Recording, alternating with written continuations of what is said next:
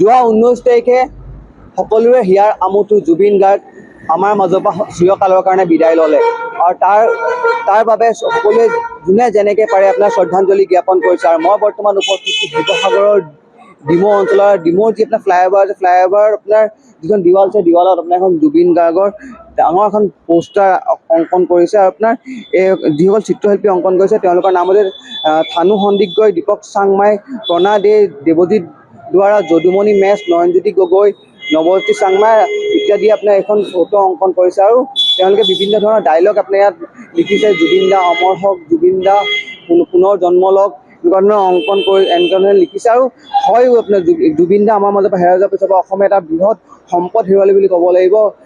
জুবিন দাৰ কাৰণে আপোনাৰ প্ৰতিজন অসমীয়াৰ অন্তৰতে আপোনাৰ মৰম আছে, শ্ৰদ্ধা আছে। তাৰ বাবে আপোনাৰ প্ৰতি জেগাত যোনে যেনেকৈ পাৰে সেইধৰণে আপোনাৰ শ্ৰদ্ধাঞ্জলি জ্ঞাপন কৰিছে। আৰু জুবিন দাৰ কাৰণে আপোনাৰ যিসকল জুবিন দাই ডাইলগ কয়, আপোনাৰ মঞ্চত যিসমূহ ডাইলগ কয় সেইসমূহ ডাইলগ ইয়াত আপোনাৰ অংকন কৰিছে। আৰু আমাৰ লগত আপোনাৰ স্থানীয় ব্যক্তি আছে, তেওঁলোকে কি ক'ব, যিহেতু জুবিন দা আমাৰ পৰা হেৰাই গ'ল আৰু জুবিন দাৰ কাৰণে প্ৰতিজন ব্যক্তি শ্ৰদ্ধাঞ্জলি জনাইছে। ইয়াত আপোনাৰ একাংশ চিত্ৰ অংকন কৰা আৰ্টিষ্ট আপোনাৰ শ্ৰদ্ধাঞ্জলি জনাইছে, কি ক'ব?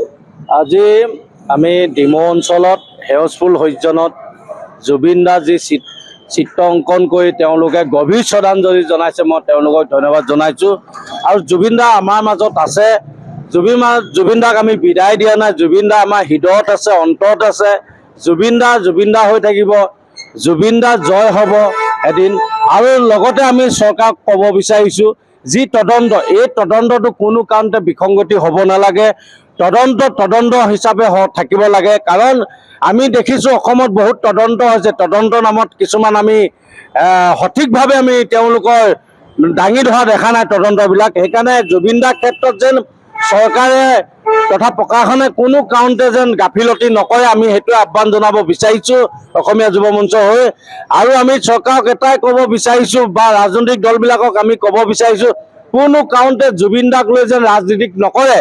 ৰাজনীতি কৰিলে হয়তো জুবিন দাৰ অন্তৰত বা পৰিয়ালে দুখ পাব, কাৰণ জুবিন দাই ন্যায় পাব লাগিব। জুবিন দাৰ পৰিয়ালে ন্যায় পোৱাটো আমি কামনা কৰিছোঁ। আমি সেইকাৰণে ৰাইজৰ লগতে ৰাজনীতিক দলবিলাকক আহ্বান জনাইছোঁ, জুবিন দা সদায় আমাৰ হৃদয়ত আছে, জুবিন দা এদিন জয় হ'বই লাগিব। আৰু জুবিন দাক আমি কেতিয়াও পাহৰিব নোৱাৰোঁ, আমাৰ জুবিন দা সদায় হৃদয়ত আছে। হয়, প্ৰথমতে মই ডি নিউজলৈ ধন্যবাদ জ্ঞাপন কৰিছোঁ। আৰু জুবিন দাৰ এই ইমান সুন্দৰ প্ৰতিচ্ছবি, এই সেউজ ফুলৰ সৌজন্যত যিসকল চিত্ৰশিল্পীয়ে আঁকি উলিয়াইছে তেখেতলোকলৈ মই প্ৰথমতে ধন্যবাদ জ্ঞাপন কৰিছোঁ। আৰু জুবিন দা সদায় অমৰ হৈ থাকক, আৰু আমাৰ মাজত গানৰ মাধ্যমৰ যোগেদি যাতে সদায় অমৰ হৈ থাকে, গতিকে মই সকলো অসমবাসীক মই অনুৰোধ জনাওঁ। হয়, জুবিন দা অমৰ হৈ থাকক, সেয়াই সকলোৰে আপোনাৰ কামনা। আৰু এটা ইয়াত আপোনাৰ জুবিন দাৰ যিখন পোষ্টাৰ আছে, পুনৰবাৰ এখন পোষ্টাৰ মই দেখাবলৈ অনুৰোধ জনাম। এই পোষ্টাৰখন আপোনাৰ বিভিন্ন ধৰণৰ অংকন কৰিছে। ইয়াত এখন দুখন নহয়, তিনিখনকৈ জুবিন দাৰ আপোনাৰ ছবি আঁকিছে।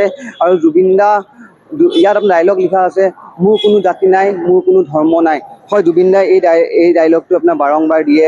আৰু এইবিলাক ডাইলগে আপোনাৰ ইয়াত প্ৰাণ তুলিছে আপোনাৰ এইখন ছবিত। আৰু এটা কথা ক'ব লাগিব, জুবিন দাই যে যিহেতু জুবিন দা আমাৰ মাজৰ পৰা এতিয়া আঁতৰি গ'ল, কিন্তু জুবিন দা সদায় অমৰ হৈ থাকক।